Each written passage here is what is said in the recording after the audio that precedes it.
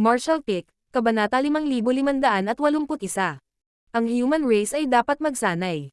Bagamat napagtanto niyang may tinatago si Yang Kai, hindi ito maisip ni Monaye. Sa pangunahing kampo ng human race, nakabalik na si Yang Kai at ang mga 8th grade master ay naghihintay lahat. Itinaas ni Yang Kai ang kanyang ulo at bahagyang tumango sa karamihan. Naayos na. Mula ngayon, ang 8th grade human race at ang territory lord ay hindi pinapayagang makialam sa labanang ito. Bago siya umalis, tinalakay niya ang kasunduan sa mga 8th grade master.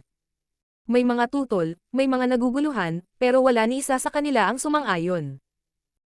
Ngayong malakas na ang human race sa Mysterious Nether Territory, oras na para maghiganti sila, lalo na sa bawat laban, sa tuwing kikilos si Yang Kai, makakamit niya ang ilang mga benepisyo.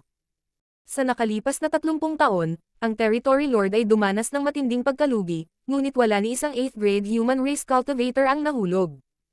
Dahil dito, ang bentahe ng human race ay magiging mas malaki. Naisip na ng 8th grade human race na pagkatapos ng ilang daang taon, ang hukbo ng Black Ink Clan ng Mysterious Nether Territory ay mapapatag ng human race. Walang sino man ang umasa na talagang gustong makipag-ayos ni Yang Kai sa isang kasunduan sa Black Ink Clan sa ganoong oras, lalo na't ang negosasyong ito ay limitado lamang sa 8th grade at Territory Lord, na katumbas ng human race na sumuko sa kanilang pinakadakilang kalamangan. Gayunpaman, kalaunan ay nakumbinsi sila ni Yang Kai. Nais ng human race na sanayin ang kanilang mga sundalo. Sa panig ng human race, dahil sa mga benepisyo ng Star Boundary World Tree Clone, marami ng magagandang seedlings na direktang umabot sa 6th grade o 7th grade. Ang mga taong ito ay lahat ay may pag-asa na maabot ang 8th grade o 9th grade sa hinaharap, kaya kung sila ay lalago, ito ay lubos na magpapagaan sa paghina ng human race.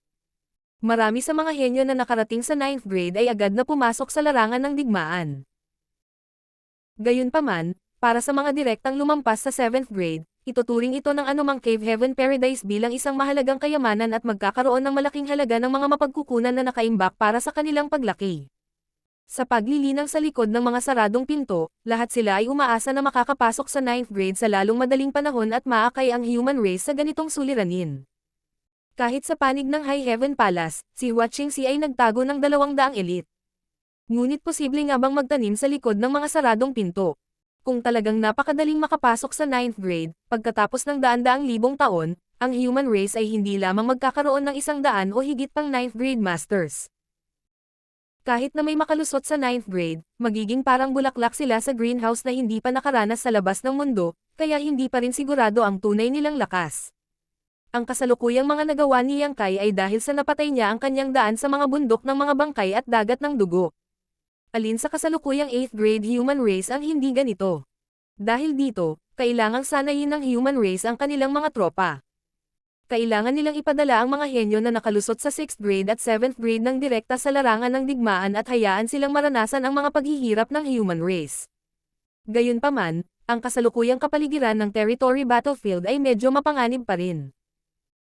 Mayroong maraming territory lords, at kung minsan ang 8th grade human race ay hindi maaaring maglaman ng lahat ng territory lords, na nagpapahintulot sa kanila na pumatay ng walang takot. Sa ganitong paraan, kahit na ang pinakatalentadong elite ay magkakaroon ng pagkakataong mamatay. Sa katunayan, sa paglipas ng mga taon, maraming mga henyo ang bumagsak dahil dito. Ang pagkawala ng mga henyong iyon na direktang sumulong sa 6th grade ay isang bagay, ngunit kung ang mga direktang umaban sa 7th grade ay dumanas din ng mga casualty dahil dito, ito ay lubos na nakakadurog ng puso. Ang layunin ng pagsasanay sa mga sundalo ay upang palakasin sila, hindi upang hayaan silang mamatay ng walang kabuluhan. Sa Spatial Territory Battlefield, ang 9th grade Old Ancestors, upang lumikha ng isang ligtas na espasyo para sa kanilang mga juniors na lumaki, ay handang isakripisyo ang kanilang buhay upang patayin ang lahat ng Royal Lords, kahit na malubhang nasugatan ang Black Ink Giant Spirit God. Ang kasalukuyang sitwasyon ng human race at ang mga pagsisikap ng 9th grade Old Ancestors ay nagkaroon ng malaking papel sa pagpapahintulot sa kanila na magkaroon ng foothold sa higit sa 100 ng Great Territory Battlefields. Ngunit ito ay hindi sapat. Ang pagnanais ni Yang Kai na makipag-ayos ng isang kasunduan sa Territory Lords ay isang extension lamang ng kalooban ng 9th grade Old Ancestors. Sinira ng Old Ancestors ang marami sa mga Royal Lords at pinigilan ni Yang Kai ang Territory Lords ng Mysterious Nether Territory, na nagpapahintulot sa nakababatang henerasyon ng human race na lumago ng mas ligtas. Kaya naman ang Mysterious Nether Army ay nagkusa na umatake sa loob ng 30 taon, na nagpapahintulot sa kanya na patayin ang Territory Lords sa larangan ng digmaan. Gusto niyang bugbugin ang mga Territory Lords para makipag-ayos siya ng kasunduan sa kanila. Naipatupad na ang planong ito nang bumalik si Yang Kai mula sa Star Boundary, ngunit hindi niya ito sinabi kahit kanino.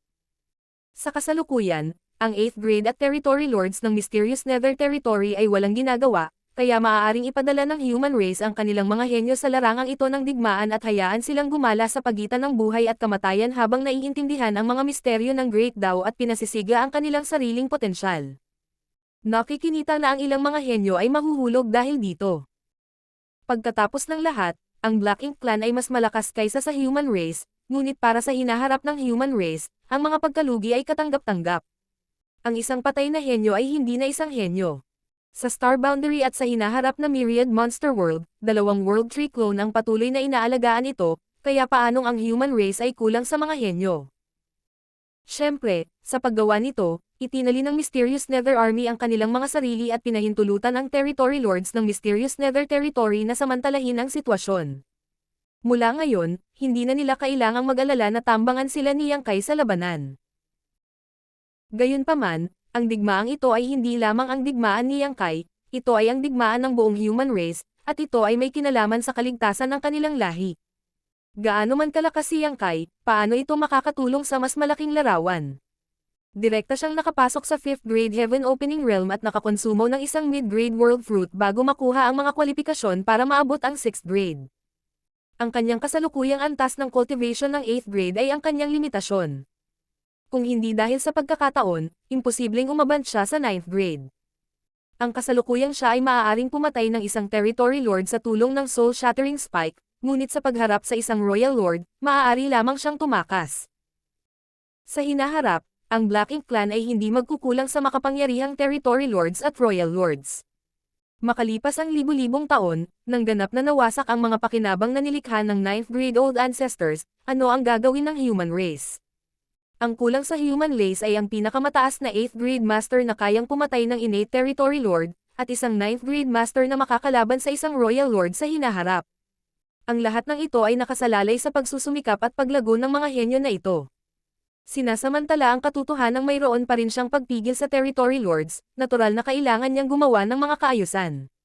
Dahil dito, ang 8th grade masters ng Mysterious Nether Army ay nakumbinsi niya, at maraming 8th grade masters ang nahiya. Nakikita lang nila na ang kasalukuyang Mysterious Nether Army ay parang araw sa kalangitan, at sa tuwing lalaban sila, hindi may angat ng Black Ink Clan ang kanilang mga ulo, habang ang mga Territory Lords ay panik. Gayunpaman, napakakaunting mga tao ang nakakakita na ang kasalukuyang bentahe ng Mysterious Nether Army ay hindi hihigit sa isang refleksyon ng buwan sa tubig. Sa paglipas ng panahon, ang bentahe ng human race ay dahan-daang mawawala at tuluyang mawawala. Nang ang bagay na ito ay naiulat sa Head Office Division, ang Head Office Division ay mabilis na tumugon at sumang-ayon sa mga kaayusan ng Mysterious Nether Army, kahit na sadyang ginawa ang Mysterious Nether Territory sa isang lugar ng pagsubok. Gayunpaman, bago pumunta si Yang Kai upang makipag-ayos sa isang kasunduan, ang Mysterious Nether Army ay naghanda na upang maglunsad ng isang todo atake.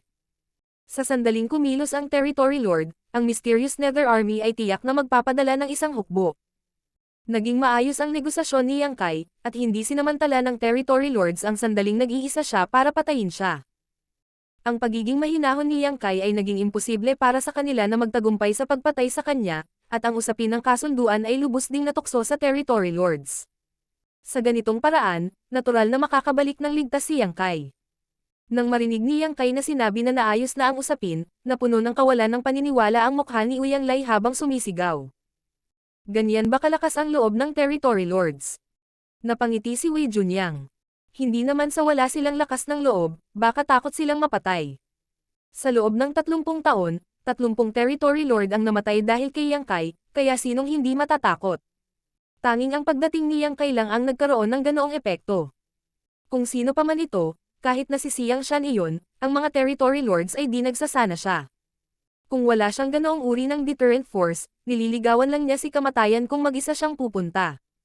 Kung gayon sa hinaharap, hindi ba't wala tayong gagawin dito sa Mysterious Nether Territory? Sumimangot ang isang master ng 8th grade. Ito ay hindi isang bagay na masaya. Inilibot ni Uyang Lai ang kanyang mga mata at sinabing, maaari tayong sumuporta sa iba pang larangan ng digmaan sa Great Territory. Natatakot ako na hindi iyon posible. Umiling si Yang Kai. Bagaman ang usapin ng kasunduan ay naayos na, ang Mysterious Nether Territory ay nangangailangan pa rin ng pagpigil ng 8th grade master. Una, kung wala tayong sapat na puwersang panghadlang sa 8th grade, mahirap mag-arantya na hindi babalik ang Black Ink Clan sa kanilang salita. Ang Black Ink Clan ay hindi basta-basta mapagkakatiwalaan. Bagamat sumasang-ayon sila sa kasunduan sa kapayapaan, kung makakahanap sila ng pagkakataon na mapinsala ng husto ang hukbo ng aking human race, tiyak na magsasapanganib sila para kumilos. Pangalawa, balak kong magtayo ng 10 human race base sa Mysterious Nether Territory, kaya kailangan kong puntahan at pangasiwaan sila ng lahat. Base. Tanong ng 8th grade. Sinabi ni Yang Kai. Dahil sasanayin natin ang ating mga sundalo, hindi na angkop ang estilo ng pakikipaglaban ng malakihang hukbo. Sa hinaharap, ang paghaharap sa pagitan ng human race at ng mga sundalo ng Black Ink Clan sa Mysterious Nether Territory ay malamang na nakatuon sa maliliit na salungatan. Napakalaki ng Mysterious Nether Territory, kaya gagawa tayo ng mga base ng sangkatauhan kahit saan para mas madali silang makapagpahinga at gumaling. Nang marinig ang kanyang mga salita, naunawaan ng lahat ng mga master ng 8th grade kung ano ang nangyayari. Tumanggaw si Wei Junyang at sinabing, tama. Ang mga baseng ito ay maaaring magbigay ng ilang antas ng proteksyon sa mga sundalo ng human race. Tama iyan. Ang pagsasanay sa mga sundalo ay isang bagay, ngunit kailangan nating bawasan ang ating mga pagkatalo. 10 base ay maaaring sumaklaw sa buong Mysterious Nether Territory. Kahit na ang isang base ay may 3 master ng 8th grade, kakailanganin nito ng 30 sa kanila. Dahil dito, ang 8th grade master sa Mysterious Nether Army ay hindi madaling umatras, at tungkol sa kahilingan ni Uyang Lai na suportahan ang iba pang Great Territory battlefields, isa lamang itong pantasya. Medyo nag-iisip si Sir. Tumanggaw si Wei Junyang. Kung walang tumutol sa inyo, simulan na natin kaagad. Maaari mong pag-usapan ang 10 base ng magkasama, hindi na kailangang tanungin ako. Nagkatinginan ng mga 8th grade master, wala ni isa sa kanila ang may anumang pagtutol. Nakasanayan na nila na ibigay ni Yang Kai ang usapin sa pag-aayos ng Mysterious Nether Army sa kanila. Sa paglipas ng mga taon, sina Wei Junyang, Kung Chengde, at ang iba pa ang pangunahing namamahala. Si Yang Kai ay namamahala lamang sa isang pangkalahatang direksyon at walang pakialam sa anumang bagay. Hindi nagtagal, nagsimulang kumilos ang Mysterious Nether Army. Daan-daang libong sundalo ang binuwag at pinalabas sa kawalan sa mga unit ng 2 o 3 garrison. Agad na natanggap ng Black Ink Clan ang balita at nagpadala ng mga scouts upang mag-imbestiga. Nagulat si Six Arms at ang iba pa nang matuklasan na ang human race ay nagtatag ng sunod-sunod na base sa Mysterious Nether Territory. Ang bawat base ay may ilang mga aura ng 8th grade. Bagamat nagkusa si Yang Kai na talakayin ang kasunduan sa kapayapaan, ang mga territory lords ay hindi nang ahas na lubusang paniwalaan siya. Walang makakatiyak na ito ay hindi isang pamamaraan ng human race. Gayunpaman, hindi ito naging hadlang sa pagpapadala ng ilan sa kanilang puwersa para mag-imbestiga. Pagkalipas ng ilang araw, malapit sa isang human race base na itinatayo, isang grupo ng libu-libong Black Ink Clan cultivator ang lumitaw at nagsimulang mag-imbestiga. Gayunpaman, hindi nagtagal ay nalantad ang kanilang kinaroroonan, na humahantong sa paghabol sa kanila ng maliliit na pangkat ng human race. Bagaman sila ay dumanas ng mabibigat na casualty, hindi pa sila tuluyang nalipol. Sa susunod na ilang buwan, maraming beses nang nagsagawa ng ganitong uri ng pagsubok ang Black Ink Clan. Kahit na sila ay tinutugis ng human race sa bawat pagkakataon, ang 8th grade human race masters ay hindi nagpakita ng mga palatandaan ng pag-atake. Talagang tinupad nila ang kanilang pangako. Marshall Pick, Kabanata 5582. 29 lang. Sa Mysterious Nether Territory, ang pagsasanay militar ng human race ay puspusan.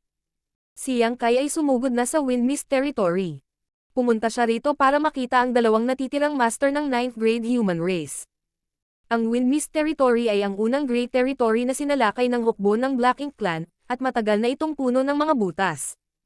Ang mga bakas ng pagsalakay ng Black Ink Clan ay makikita sa lahat ng dako, at lahat ng Universe World ay nasira.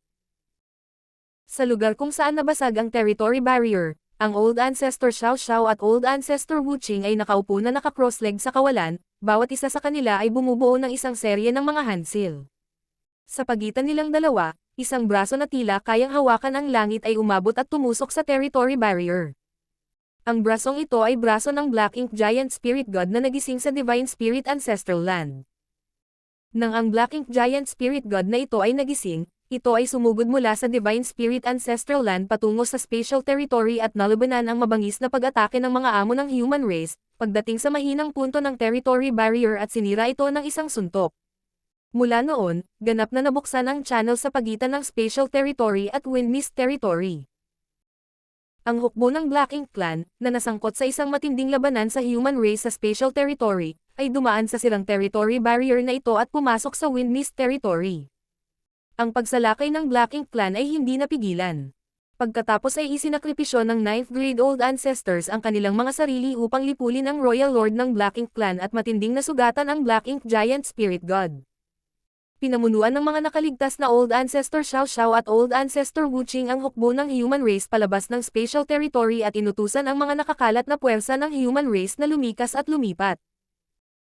Para sa kanilang dalawa, dumiretso sila sa Windmist Territory at sinamantala ang sandali ng pilit na binuksan ng Black Ink Giant Spirit God ang territory barrier para gumamit ng secret technique para pigilan ang Black Ink Giant Spirit God. Sa isang kisap mata, halos 100 taon na ang lumipas. Sa nakalipas na ilang taon, nagawa ni Old Ancestor Xiao Xiao at Old Ancestor Wu Qing na pigilan ang Black Ink Giant Spirit God, ngunit silang dalawa ay pinaghigpitan din sa Windmist Territory na ito. Kung ang human race ay mayroon pa ring dalawang 9th grade master, ang sitwasyon sa Great Territory battlefields ay tiyak na hindi magiging ganoon katens. Nang dumating si Yang Kai sa lugar na ito, nakita niya kaagad ang makapal na braso, at kahit na hindi niya ito unang beses na nakita, nagbago pa rin ang kanyang ekspresyon. Masyadong makapangyarihan ang Black Ink Giant Spirit God. Para naman kay Mo, na nagawang lumikha ng Black Ink Giant Spirit God, hindi naarak ni Yang Kai ang lalim nito.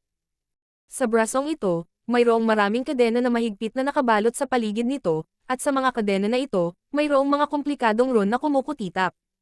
Malinaw na nabuo ang mga ito mula sa secret techniques ng dalawang 9th grade old ancestors.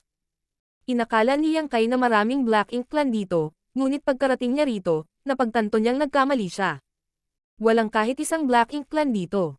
Ito ay ginawa sa kanya medyo tuliro. Logically speaking, sa pagiging napakalakas ng Black Ink Giant Spirit God, hindi ba dapat ang pangunahing prioridad ng Black Ink Clan ay ang tulungan itong makatakas? Kung gusto nilang tulungan itong makatakas, ang pag-atake sa dalawang 9th grade human race master ang pinakamagandang opsyon. Ang dahilan kung bakit napigilan ni Old Ancestor Xiao Xiao at Old Ancestor Wu Qing ang Black Ink Giant Spirit God na ito ay hindi dahil mayroon silang ganoong lakas, ngunit dahil hiniram nila ang bentahe ng lupain. Upang makalusot sa territory barrier at makadaan ang hukbo ng Black Ink Clan, ang braso ng Black Ink Giant Spirit God ay tumagos sa dalawang great territories. Sa ganitong paraan, makakalaban ni Old Ancestor Xiao Xiao at Old Ancestor Wu Qing ang Black Ink Giant Spirit God sa kabila ng territory barrier.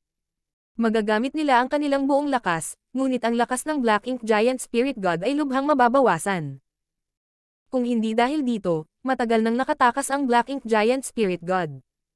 Upang harapin ang Black Ink Giant Spirit God na ito, ang Old Ancestor ng human race ay mangangailangan ng 10 tao upang halos hindi ito malabanan. Ngayon na ang human race ay mayroon lamang dalawang 9th grade master, paano nila ito mapipigilan? Naramdaman ang aura ni Yang Kai, iminulat ni Old Ancestor Xiao Xiao ang kanyang mga mata at nagtatakang nagtanong. Bakit ka nandito? Yumuko si Yang Kai nang may paggalang. Pagbati, Old Ancestors. Pamilyar na siya sa Old Ancestor Xiao Xiao. Para kay Old Ancestor Wu Qing, nakilala rin siya ni Yang Kai nang pumunta siya sa Yinyang Pass, ngunit hindi sila nagkaroon ng malalim na pagkakaibigan.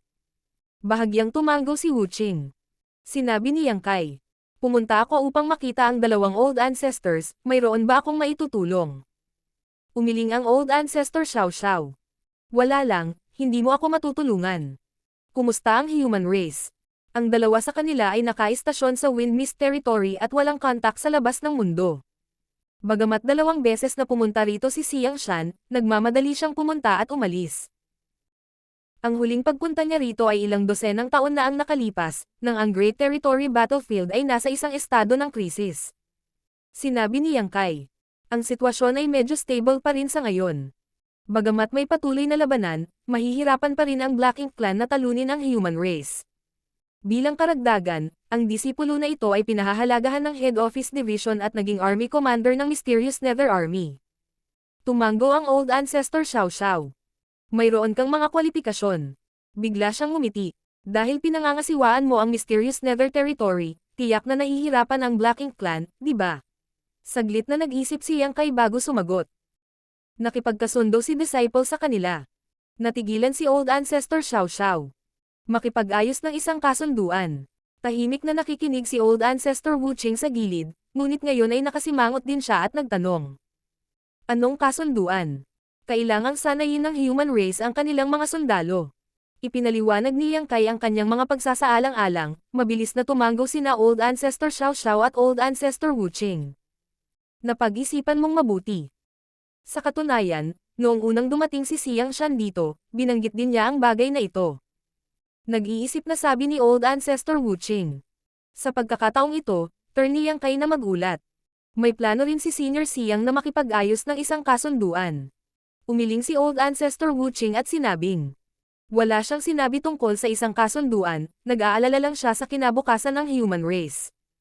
Sinabi niya na ang mga magagandang panla ay itinago lahat at baka hindi na ito magamit ng husto sa hinaharap.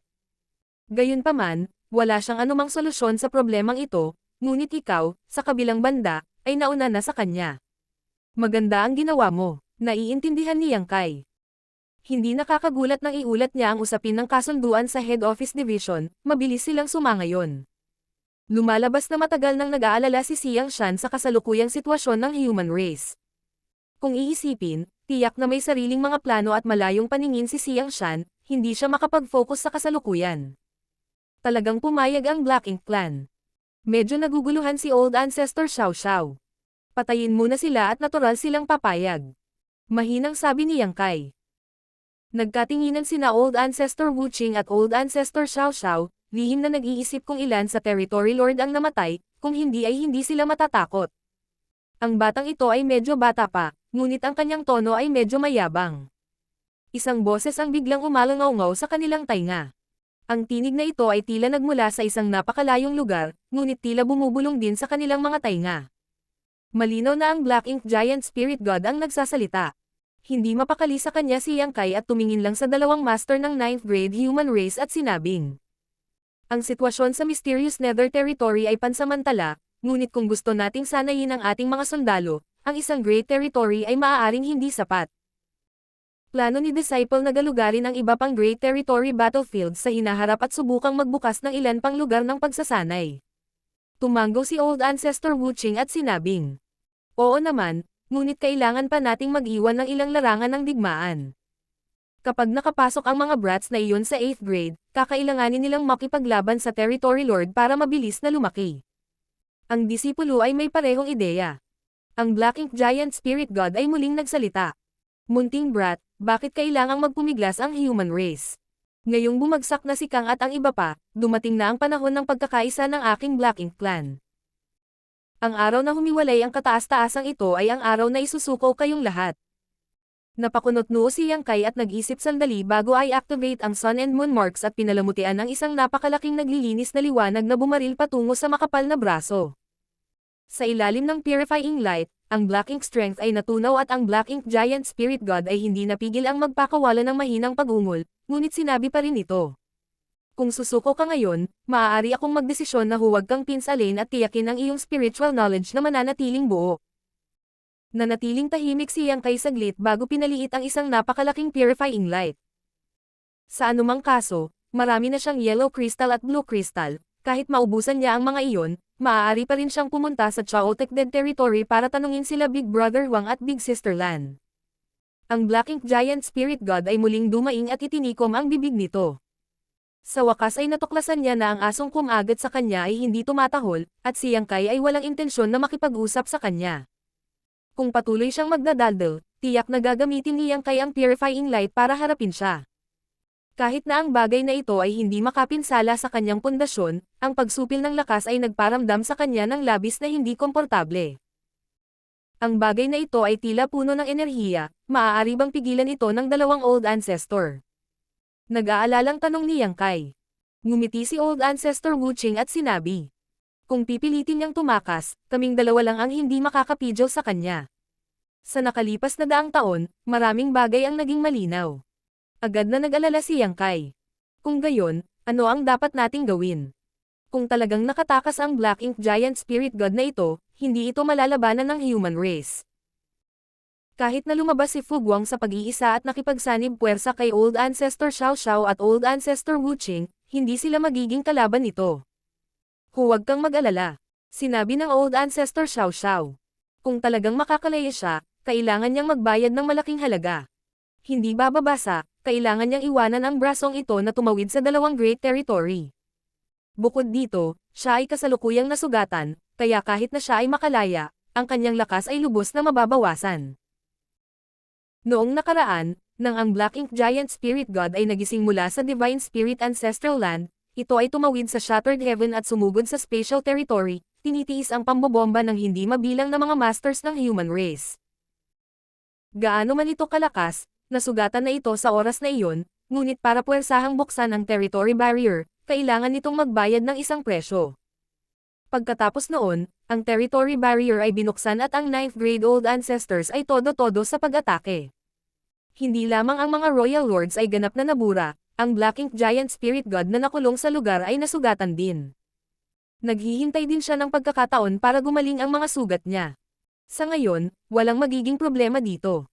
Ipinaliwanag ni Old Ancestor Xiao Xiao. Tumango si Yang Kai, mas gamaan ang pakiramdam.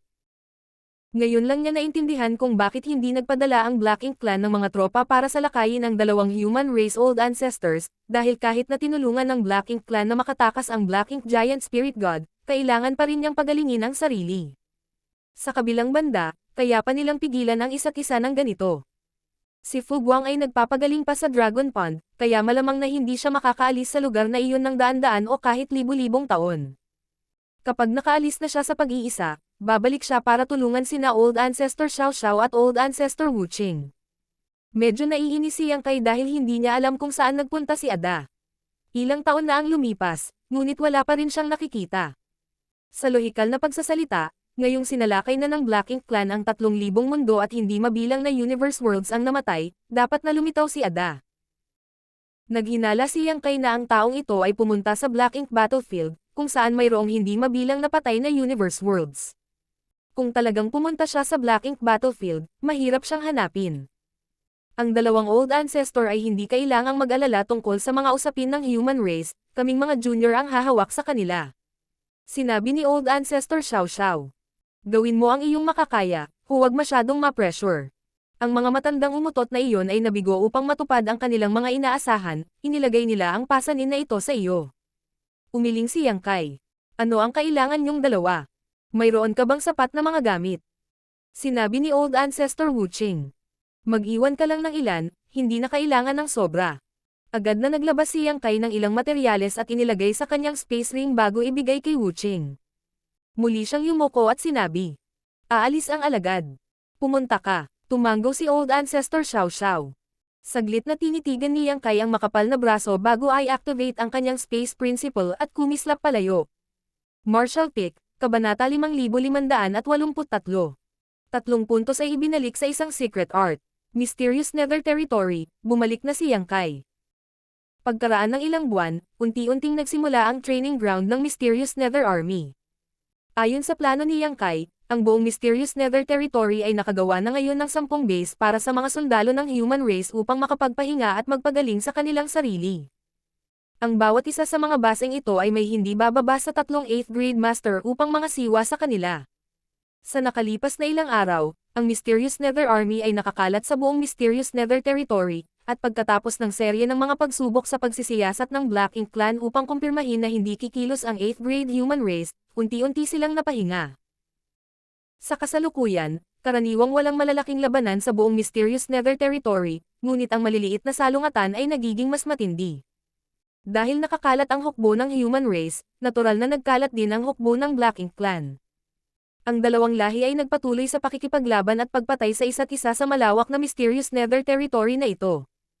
Noong nakaraan, ang mga labanan sa pagitan ng 8th grade masters at territory lords ay palaging pinagtutuunan ng pansin at ang susi sa tagumpay. Gayunpaman, pagkatapos ng kasunduan sa kapayapaan, ang mga 8th grade master at territory lords ay hindi nakialam sa digmaan, na nagpapahintulot sa 7th grade at feudal lord na maging parang isda sa tubig. Sa pamumuno ng 7th grade team leader, naipakita ng maliliit na koponan ng human race ang kanilang lakas, at mayroon ding mga makapangyarihang feudal lord na nanguna sa kanilang mga nasasakupan na gawin ang kanilang gusto. Sa loob ng palasyo, sinimulan ni Yang Kai ang kanyang pag-atres. Sa totoo lang, hindi pa nagtagal mula nang nakalusot siya sa 8th grade mula sa Celestial Phenomenon C, kaya marami pa siyang puwang para sa pagpapabuti. Gayunpaman, kung nais niyang pagbutihin ang kanyang lakas, kailangan niyang maglinang ng masigasig. Gayunpaman, sa paglipas ng mga taon, si Yang Kai ay tumatakbo, hindi napigilan, kaya paano siya magkakaroon ng ekstrang enerhiya upang linangin? Ang dahilan kung bakit gusto niyang gumawa ng isang kasunduan sa Black Ink Clan ay dahil ang human race ay kailangang magsanay, at ang pangalawang dahilan ay dahil kailangan niyang linangin sa pag-iisa. Ang 8th grade ay talagang limitasyon niya, ngunit malayo pa siya sa pag-abot sa peak ng 8th grade. Ang kasalukuyang Yang Kai ay madaling mapatay ang innate territory lord sa tulong ng soul-shattering spike. Kung kaya niyang linangin hanggang sa rurok ng 8th grade, kahit na walang tulong ng soul-shattering spike, tiwala si Yang Kai na magagawa niya ito. Ang akumulasyon ng isang 8th grade ay napakahaba, ngunit sa kabutihang palad ay mayroon siyang World Tree Clone. Ang dahilan kung bakit napabuti ni Duan Hongchen at ng iba pa ang kanilang paglilinang sa napakabilis na bilis ay higit sa lahat ay dahil sa mga pagpapala ng pundasyon ng Star Boundary. Sila ay mga Great Emperor na kinikilala ng Star Boundary World Great daw, kaya kung mas matibay ang pundasyon ng Star Boundary, mas madali para sa kanila na linangin. Maging ang mga Great Emperor ng Star Boundary ay maaaring makinabang mula rito, hindi pa banggitin na si Yang Kai ay mayroon na ngayong World Tree Clone na nagtatak sa kanyang miniature universe. Hindi siya nagkukulang ng mga panastos, kulang lang siya sa isang matatag na kapaligiran. Ang hukbo ng human race ay kailangang sanayin, at si Yang Kai ay kailangan ding maglinang ng masigasig, na pinilit siyang makipag-ayos ng kapayapaan sa mga territory lords. Siyempre, may isa pang mas mahalagang dahilan. Sa mahabang panahon na darating, maaari siyang mahulog sa isang estado ng kahinaan. Imposibleng mahulaan niya ang ganitong kahinaan, ang tanging natitiyak niya ay mababawasan ng husto ang kanyang lakas. Sa pamamagitan lamang ng pagpapatahimik sa mga territory lords na ito ay magagawa niyang mapayapa ang kanyang plano. Sa loob ng lihim na silid ng palasyo, maraming patong ng mga hadlang ang nailagay. Matagal nang iniutos ni Yang Kai na maliban kung ito ay isang bagay na mahalaga, walang sino man ang pinapayagang mangistorbo sa kanya. Ang isang malaking halaga ng mga mapagkukunan ay nakaimbak sa kanyang space ring, na ginagawang maginhawa para kay Yang Kai na gamitin ang mga ito anumang oras. Sa kanyang antas ng paglilinang, ang pagkonsumo ng Heaven Opening Pills ay masyadong hindi epektibo, kaya't maaari lamang niyang pinuhin ang ikapito o maging ang mga materyales sa 8th grade. Gayunpaman, bagamat mayroon na siyang maraming mapagkukunan sa kamay, ang bilang ng mga materyales sa 8th grade na mayroon siya ay medyo maliit pa rin, pangunahin sa 6th grade o 7th grade.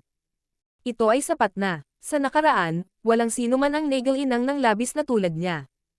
Pagkatapos ng lahat, kahit na ang Cave Heaven Paradise ay maaaring makakuha ng mataas na ranggo na 5 elements na materyales, ang mataas na ranggo na yin-yang attribute na materyales ay bihira.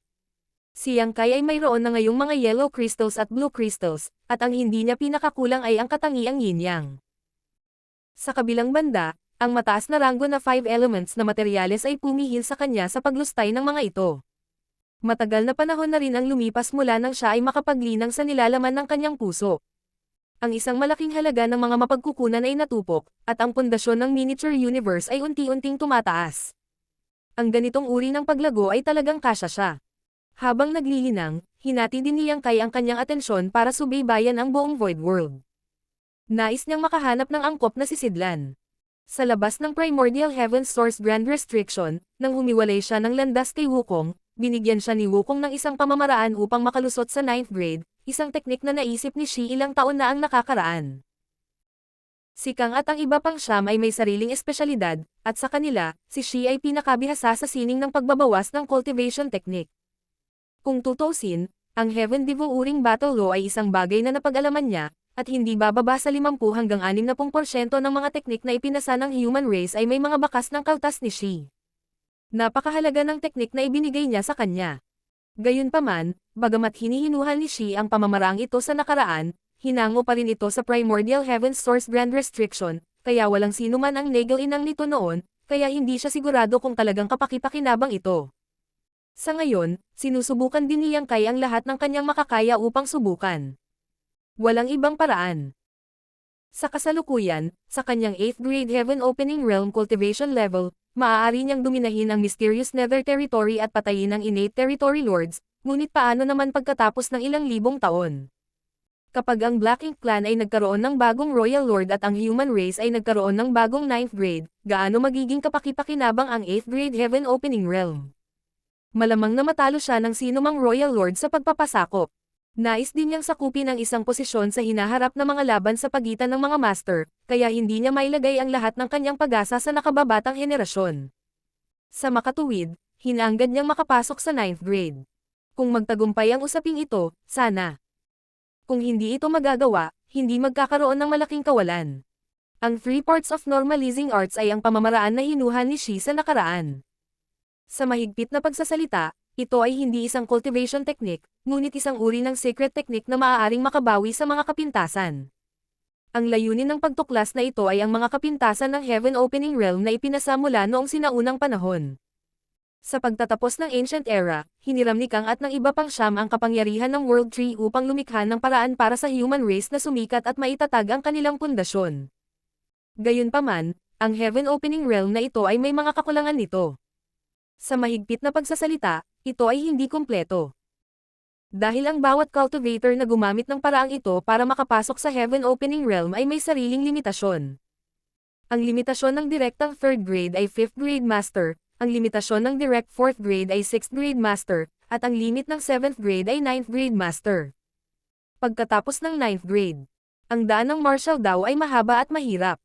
Walang sumikat, kaya paano magkakaroon ng limitasyon?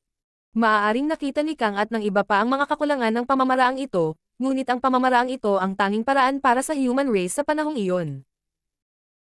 Kung bibigyan sila ng sapat na oras, maaaring naunawaan nila ang isang mas perpektong pamamaraan, ngunit sa panahong iyon, ang monster race ang namuno sa mundo, at ang human race ay lubhang nagdusa, kaya paano sila magkakaroon ng oras upang mag-adjust? Sinabi ni Kang na, sa mahigpit na pagsasalita, ang kanyang paglilinang ay nasa 9th grade Heaven Opening Realm lamang, mas mataas lamang ng kaunti kaysa sa 9th grade Old Ancestors ng human race. Pagkatapos ng 9th grade, nagkaroon pa ng mas mataas na kaharian. Si Kang, Shi, Mo, at ang iba pa ay pare-pareho, dahil lahat sila ay nilinang ang hindi kumpletong paraan ng Heaven Opening Realm, kaya kapag naabot nila ang 9th grade, ang daan sa unahan ay mapuputol. Gaano man kalayo ang kanilang nilakad, hindi nila malalampasan ang mga tanikala ng 9th grade. Matapos gumugol ng daan-daang libong taon na nakulong sa Primordial Heaven's Source Grand Restriction, sa wakas ay nagawa ni Shi na maghinuha ng isang hanay ng mga pamamaraan ng paglilinang. Ginamit niya ang kanyang katawan upang palakasin ang Great Restriction at hatiin ang isang bahagi ng kanyang kaluluwa, na nagpapahintulot sa kanya na dumaan sa maraming mga hadlang at muling magkatawang tao, kaya hindi imposible para sa kanya na linangin para sa isa pang buhay. Sa kasamaang palad, ang mga plano ng tao ay hindi kasing ganda ng mga plano ng langit, kaya hindi niya nagawang makamit ang kanyang layunin. Sa huli, itinuro niya ang diskarteng ito kay Yang Kai. Sa nakalipas na daang taon, naintindihan ni Yang Kai ang diskarteng ito ng hindi mabilang na beses at matagal nang naging pamilyar dito. Lubusan din niyang naintindihan ang mga misteryo nito at kulang lamang sa praktikal na aksyon. Ayon kay Shi, ang malawak na universo na ito ay may bakas ng sarili nitong kalooban. Nang mapahamak si Mo sa buong mundo, dinala sila nito sa Great Cosmological Rim at ginamit ang World Tree para maunawaan ang paraan ng Heaven Opening Realm para labanan ang pagpapalawak ni Mo. Para sa hindi mabilang na mga taon pagkatapos noon, lahat ng pumasok sa Great Cosmological Realm at nakakuha ng World Tree clone ay gawa ng kalooban ng Heavenly Dao. Gayunpaman, karamihan sa mga pamamaraang ito ay walang silbi, at si Yang Kai ang huling paraan. Sa Ancient Era, ang Divine Spirit ay nangingibabaw sa kalangitan. Pagkatapos noon, ang monster race ang nangibabaw sa mundo, at sa Late Ancient Era, ang human race ay bumangon. Kung ang Heavenly Dao ay may kalooban, walang alinlang ang papabor ito sa tatlong buhay na nilalang, dahil ang pagkakaroon ng tatlong buhay na nilalang na ito ay kumakatawan sa tatlong kahangahangang panahon.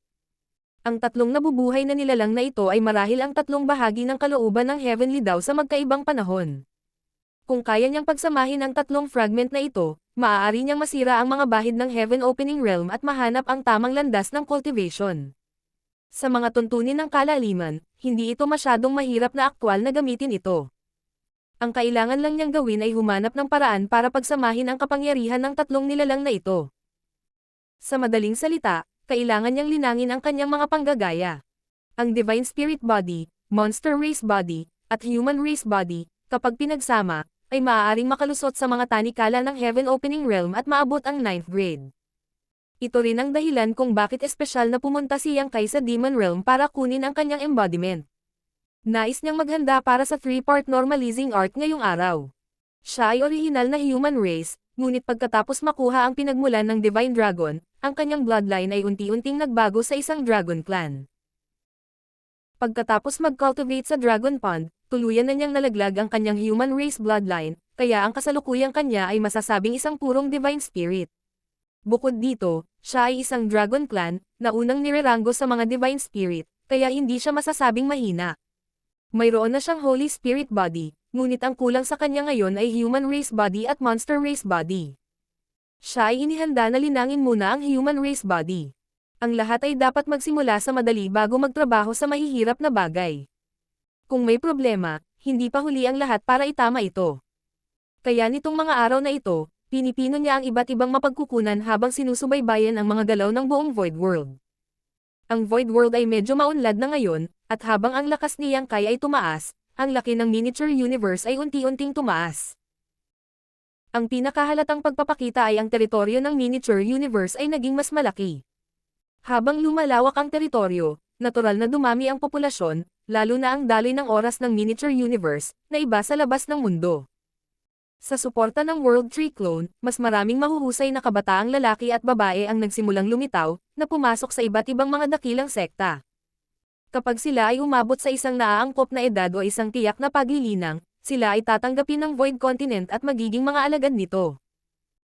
Nagkaroon din ng mga salungatan sa Void World, ang pagtaas at pagbagsak ng mga pamilya, ang pagtaas at pagbagsak ng mga sekta, ngunit mula sa simula hanggang sa katapusan, palaging mayroong isang nangungunang sekta na nakatayong mataas.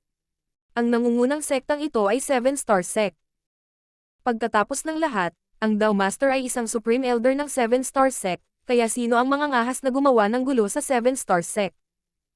Bagamat ang 7-Star Sect ay isa sa mga nangungunang sekta sa buong Void World, sumunod pa rin ito sa mga prinsipyo nito at hindi nakagawa ng anumang karahasan sa nakalipas na 10,000 taon. Dahil dito, ang pamana nito ay parang Ninggues na mas maliwanag. Martial Pick, Kabanata 5584. Pamilyang Fang. Ang kasalukuyang 7-Star Sect ay ganap na naiiba sa 7-Star Sect na nakita ni Yang Kai noong nakaraan. Sinakop ng malawak na sekta ang hindi mabilang na Spiritual Mountains at Spirit Peaks, at sa loob ng Spirit Peaks na ito, ang mga pavilion ay malabong makita sa ilang. Maraming mga bihirang ibon at hayop ang gumagala, na lumilikha ng isang marilag na kapaligiran. Matapos ang ilang 10,000 taon ng pamana, ang sektang ito na lumipat mula sa ibang lugar noong nakaraan ay nakakuha ng malalim na pamana. Matagal na panahon na ang nakalipas mula nang bigyang pansin ni Yang Kai ang sitwasyon sa kanyang miniature universe world, kaya noong una niyang inimbestigahan ang 7-Star Sect, hindi niya maiwasang maramdaman na nagbago ang mga bagay. May nararamdaman pa rin siya para sa 7-Star Sect. Pagkatapos ng lahat, ang kanyang soul incarnation ay nanatili dito ng ilang panahon at ang kanyang 3 disipulo ay naturuan lahat dito. Pagkaraan ng ilang sandali, walang nakita si Yang Kai, kaya hindi siya nagmamadali, sa halip ay maingat na naghahanap sa paligid. Pagkalipas ng ilang taon, muling dumaan ang divine sense ni Yang Kai sa 7-Star Sect, at biglang bumilis ang tibok ng kanyang puso habang iniisip niya sa kanyang sarili na mayroon siyang isang uri ng kapalaran sa 7-Star Sect. Ito ay isang bagay para sa 3 mga disipulo na kinuha mula sa 7-Star Sect, ngunit ngayon ang human race body para sa kanyang cultivation ay naroon din. Sa katunayan, sa nakalipas na ilang taon, nakagawa si Yang Kai ng maraming pagpipilian, ngunit wala ni isa sa kanila ang naging kasya siya. Dahil ang bagay na ito ay may kinalaman sa kanyang kinabukasan, natural na hindi nang ahas si Yang Kai na maging pabaya. Kailangan niyang gawin ang kanyang makakaya. Ang pagkakataong ito ay lubos na kasiya siya. Matapos itong maingat na suriin, hindi na nagdalawang isip si Yang Kai at palihim na isinaaktibo ang 3-part normalizing art. Sa isang iglap, napunit ang kanyang kaluluwa at bumaba ng husto ang kanyang aura. Kapag pinatay niya ang mga innate territory lord na iyon at ginamit ang soul-shattering spike, kakailanganin din niyang punatin ang kanyang soul at ilakip ang soul power sa soul-shattering spike, na nasugatan ang kanyang sarili at ang kanyang mga kaaway. Gayunpaman, ang uri ng pagpunit ay iba sa kung ano ang nangyayari ngayon. Sa sandaling ito, biglang naramdaman ni Yang Kai na parang nahati siya sa dalawa. Kung hindi dahil sa paggamit niya ng soul-shattering spike ng hindi mabilang na beses sa paglipas ng mga taon, ang sakit na nag-iisa ay hindi na makakayanan at siya ay nahimatay sa lugar. Ang lalaking ito na si Shi. Ang paraan ng pagbabawas ay lubhang kakaiba. Kung ito ay kapaki-pakinabang, natural na sulit ito, ngunit kung hindi, siya ay nagdusa ng walang kabuluhan. Matapos mapunit ang kanyang kaluluwa, hindi lamang bumaba ng husto ang aura ni Yang Kai, siya rin ay naging lubhang nanghina, at maging ang kanyang espiritu ay matamlay. Nahihilo at nag-iinit ang buong katawan niya, para siyang nilalagnat. Sa ngayon, marahil ay hindi pa niya maipakita ang kalahati ng kanyang pinakamataas na lakas. Kung makakatagpo siya ng innate territory lord, papatayin lang siya. Pinilit niyang panatilihin ang kanyang kamalayan at gumamit ng secret technique para i-seal ang soul na napunit niya ng patong-patong. Pagkatapos ng lahat, ang kaluluwa na ito ay natanggal mula sa isang nangungunang master ng 8th grade, kaya hindi ito isang bagay na kayang tiisin ng isang ordinaryong sisidlan, kaya kailangan niyang i-seal ito. Matapos i-seal itong soul clone, nagpakawala ng mahabang buntong hininga si Yang Kai. Sa isang pag-iisip, ang soul clone ay agad na tumusok sa miniature universe at lumipad sa isang tiyak na direksyon. Ang 7-star sect ay isang nangungunang sekta na naipasa sa loob ng 10,000 taon. Hindi lamang kahanga-hanga ang kapaligiran sa loob ng 7-star sect, maging ang labas ng sect ay napuno ng mga bulaklak. Pinalibutan ng ilang malalaking lungsod ang 7-star sect tulad ng maliwanag na buwan na nakapalibot sa bituin, na may hindi mabilang na mga cultivator na dumarating at umaalis. 20 kilometro ang layo mula sa isa sa mga dakilang lungsod, mayroong Fang Family Manor. Ang mga ninuno ng pamilyang Fang ay dating naging master ng 7-star sect, ngunit ang kanilang kakayahan ay hindi masyadong mahusay at ang kanilang pinakamataas na paglilinang ay nasa Dowsor stage lamang, na pumanaw 1,000 taon na ang nakakaraan. Sa nakalipas na 1,000 taon, ang pamilyang Fang ay gumawa ng maraming mahuhusay na cultivator, ngunit wala sa kanila ang partikular na may talento, kaya natural na hindi sila makapagdala ng kaluwalhatian sa kanilang pamilya. Bagamat ang buong Void World ay napuno ng mga taong may natatanging kakayahan, karamihan sa mga tao ay malayo pa rin sa pagiging mga henyo. Sa kabutihang palad, ang kasalukuyang kapaligiran ng paglilinang ay mas mahusay kaysa sa nakalipas na 10,000 taon. Hanggat ang isa ay hindi isang tanga, palaging may isang uri ng paglilinang. Kung gaano kataas ang paglilinang ng isang tao, ito ay depende sa talento at pagsisikap ng isang tao. Ang patriarch ng pamilyang Fang, si Fang Yubay, ay isa sa mga karaniwang tao. Hindi mataas ang kanyang cultivation at nasa true element stage lang siya. Ang ganitong paglilinang ay hindi gaanong mahalaga sa buong Void World. Buti na lang at wala siyang gaanong ambisyon, at ang paglipas ng panahon ay matagal nang nagpapahina sa kanyang pagiging masigla bilang isang kabataan. Mahigit 10 taon na ang nakalilipas, nakapag-asawa siya ng asawa at nabuhay sa kakarampot na pamana ng kanyang mga ninuno. Ang paglilinang ng asawa ng Fang Family Patriarch, si Zhong Yuxiu, ay bahagyang mas masahol kaysa kay Fang Yubay, sa yugto lamang ng separation and reunion. Sa kabutihang palad, siya ay may kaalaman at banal. Ang mag-asawa ay tumugtog ng kudyapi at umawit ng magkakasuwato, nakatayong malayo sa makamundong mga gawain, namumuhay ng walang pakialam. Ito ang kasalukuyang buhay ng karamihan sa mga tao sa buong Void World. Ang mga tinatawag na mga henyo na maaaring lumipad sa kalangitan at makatakas sa gapos ng mundo ay napakalayo pa rin sa kanila. Sa panahong ito, naging miserable ang buhay ni Fang Yubay. Ang matandang Fang family ay mayroon lamang isang tagapagmana sa loob ng 10 henerasyon ngayon, at ang bilang ng mga inapo na mayroon sila ay hindi mataas. Walang nakakaalam kung ano ang sitwasyon, ngunit pagdating sa henerasyon ni Fang Yubay, hindi lamang hindi bumuti ang sitwasyon, tila lumala pa ito. Mahigit 1 dekada ng kasal ang mag-asawa, at si Fang Yubay ay maaaring ituring na isang masipag na lalaki. Hindi niya pinabayaan ang kanyang trabaho, ngunit ang tiyan ng kanyang asawa ay hindi na lumaki. Nang makitang tumatanda na ang kanyang asawa, hindi mapigilan ni Fang Yubay na mag-alala, hindi alam kung dahil ba ito sa kanya o sa kanyang asawa.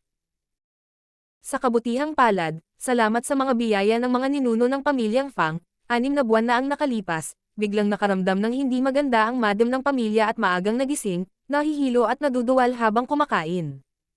Matapos ang ilang investigasyon, pareho silang natuwa nang malaman na buntis ang ginang. Agad na nag-alay ng insenso si Fang Yubay at nanalangin sa kanyang mga ninuno, iniulat ang magandang balitang ito. Mula noon, lubos na inalagaan ni Fang Yubay ang kanyang asawa, sa takot na ma-aksident ito. Maging ang maraming taon ng pagsasanay ng kanyang asawa sa espada ay tinanggihan ni Fang Yubay, na nagpapahintulot sa kanya na alaga ang mabuti ang kanyang sanggol at maiwasan itong maapektuhan. Si Zhong Yuxiu ay natural na nakinig sa kanya at nakahinga ng maluwag nang sa wakas ay nabuntis siya. Sa kasamaang palad, ang buhay ay hindi kasing ganda ng kanilang inaasahan. Kalahating buwan na ang nakalipas, biglang naramdaman ni Zhong Yuxiu na huminto sa paggalaw ang fetus sa kanyang sinapupunan. Kung tutusin, nagkaroon siya ng separation and reunion cultivation, kaya medyo naunawaan niya ang kalagayan ng kanyang katawan. Ang mag-asawa ay labis na natakot at mabilis na nagbayad ng malaking halaga upang mag-imbite ng isang eksperto na mag-imbestiga. Sa huli, nahirapan ang mag-asawa na tanggapin ang resulta. Ang embryo sa kanyang tiyan ay tila kulang sa sigla, at ito ay hindi tiyak kung ito ay maaaring lumaki ng maayos. Ang magagawa lang nila ngayon ay tumutok sa pagpapakain sa embryo, at lahat ng iba ay nasa kapalaran. Si Fang Yubay ay pinaalis ang dalubhasa sa pagkataranta, na inaalagaan ang kanyang asawa araw-araw. Gayunpaman, malinaw na naramdaman ng mag-asawa na ang fetus sa tiyan ay nagiging hindi na masigla. Si Fang Yubay ay napuno ng kalungkutan. Hindi niya alam kung anong klaseng bawal ang ginawa ng Fang family. Hindi naging madali para sa kanila ang magkaroon ng anak sa murang edad, pero ngayon ay nanganganib talaga silang mawala ito. Kung hindi niya kayang panatilihin ang batang ito, malaki ang posibilidad na ang pamana ng pamilyang Fang ay mamamatay. Sa tuwing naiisip niya ito, nahihiya si Fang Yubay sa kanyang mga ninuno. Zhong Yuxiu ay puno rin ng luha sa buong araw. Bagamat alam niyang maaapektuhan ng kanyang emosyon ang fetus sa kanyang sinapupunan, hindi niya maitago ang lungkot sa kanyang puso. Ito marahil ang kalungkutan ng ina. Sa araw na ito, pinangunahan ni Fang Yubay ang mga tagapaglingkod ng pamilyang Fang upang siyasatin ang mga spirit field sa bukid. Ang Seven Stars Sect ay isang malaking sekta, kaya laging kailangan ng mga disipulo na gumamit ng ilang spirit pills para linangin. Sa labas ng Seven Stars Sect, ang mga tao tulad ng Fang family ay magbubukas ng ilang spirit field at magtatanim ng ilang simpleng spirit herb para ibenta. Mayroong hindi mabilang na mga tao tulad ng pamilyang Fang sa teritoryo ng Seven Stars Sect, at mismong ang mga espiritong gamot na nakatanim sa iba't ibang mga sakahan na ito ay maaaring matugunan ang mga pangangailangan ng isang mas mababang antas ng mga disipulo ng isang malaking sect. Sa loob ng spirit field, medyo maganda ang paglaki ng mga spirit medicine na ito, ngunit hindi pa rin maiwasan ni Fang Yubay na isipin ang tungkol sa kanyang asawa at sa anak sa tiyan nito. Sa sandaling ito, isang katulong ang sumugod mula sa malayo at sumigaw. Patriarch, hindi ito maganda. Ang sabi ng madam ay masakit ang kanyang tiyan at gusto mong magmadaling bumalik. Nang marinig ito ni Fang Yubay, wala na siya sa mood na mag-imbestiga sa larangan ng spirit medicine at sa halip ay nagmamadaling umalis ng buong lakas. Pag-uwi niya, dinig niya ang mga pidyaw na hilanghing ng asawa mula sa malayo. Nagmamadali siyang pumasok sa loob ng silid at itinabi ang ilang katulong at matatandang babae na naglilingkod sa kanya, nakita si Zhong Yuxiu na nakahiga sa kama na may maputlang mukha. Dahan-dahang umupo si Fang Yubay at kinakabahang nagtanong. Madam, ano ang nararamdaman mo? Tumutulo ang pawis sa noo ni Zhong Yuxiu at basang-basa rin sa pawis ang kanyang damit, halatang hindi matiis ang sakit. Nang makita ang pagbabalik ng Old Master, ang hinaing sa kanyang puso at ang sakit sa kanyang katawan ay lumakas habang siya ay sumisigaw. Old Master, masakit ang tiyan ng ginang na ito, anak ko. Anong nangyari sa bata? Namutla si Fang Yubay. Ang bata. Matagal nang walang paggalaw. Umiiyak na sabi ni Zhong Yuxiu. Ang fetus na 6 na buwang gulang ay ang pinakaaktibo sa sinapupunan ng ina. Kulang man ito sa sigla noon, paminsan-minsan ay gumulong-gulong ito at sisipain ang tiyan, ngunit pagkatapos ng mahabang panahon ng katahimikan, malinaw na may malaking nangyari. Pakiramdam ni Fang Yubay ay para siyang tinamaan ng kidlat at hindi napigil ang mapaungol sa kanyang puso. Talagang walang awa ang langit sa aking pamilyang Fang. Hindi naging madali para sa akin ang magkaroon ng anak, ngunit ngayon ay mamamatay na ito sa aking sinapupunan. Kudlit, naisip niya sa kanyang sarili. Bagaman wala siyang anumang dakilang kabaitan sa mundong ito, hindi siya kailanman gumagawa ng anumang masamang gawa. Anong klaseng kapalaran ito? Kudlit, dugo. Biglang napasigaw ang isang maid sa sobrang takot. Tumingin si Fang Yubay at nakitang may dugong umaagos mula sa ilalim ng katawan ng kanyang asawa, na nagmantsa sa kama sa ilalim nito. Nawalan ng malay si Madam. Muling tawag ng dalaga. Natakot din si Fang Yubay. Madam. Biglang nagulo ang kwarto. Sa ilalim ng biglaang pagbabagong ito, si Fang Yubay ay nalilito, hindi alam kung ano ang gagawin. Kotse. Isang malakas na kulog ang umalangaw-ngaw, dahilan para tumalon ang lahat sa silid sa takot. Ang kulog na ito ay medyo naiiba sa karaniwang kulog, at tila tumagal ito ng mahabang panahon. Sa sandaling umalangaw-ngaw ang kulog, saglit na lumiwanag ang kalangitan, at ang kidlat na tumama sa kalangitan ay tila gustong hatiin ang buong kalangitan. Isang kulog sa isang maaraw na araw, ito ay isang kulog sa isang maaraw na araw. Ungol ng isang matandang babae. Kailangang malaman na iyon ay araw, at ito ay isang araw na walang ulap, kaya't malinaw na hindi normal para sa isang kidlat na sumabog ngayon. Nasa bingit ng mabaliw si Fang Yubay. Ang pamilyang Fang ay naging mabait sa mga henerasyon, ngunit ngayon ay wala na silang mga inapo. Gaano ito kalungkot. Maging ang langit ay hindi makayanan na makita ito. Ang mas lalong naging mahina sa kanya ay kung paano haharapin ang sitwasyong ito kung talagang namatay ang fetus. Kung tutusin, hindi pa niya naranasan ang ganito, kaya masasabing wala siyang karanasan. Nagkagulo rin ang mga katulong at matatandang babae sa kwarto. Nang nasa dulo na siya, biglang umalangaw-ngaw ang isang malakas na putok. Noong una, hindi ito pinansin ni Fang Yubay, napaungol lamang sa kalungkutan. Ngunit nang ang boses na ito ay umalangaw-ngaw sa pangalawang pagkakataon, biglang naramdaman ni Fang Yubay na may mali at dahan-dahang tumigil sa pagsasalita, tinitigan ang tiyan ng kanyang asawa ng may pagtataka.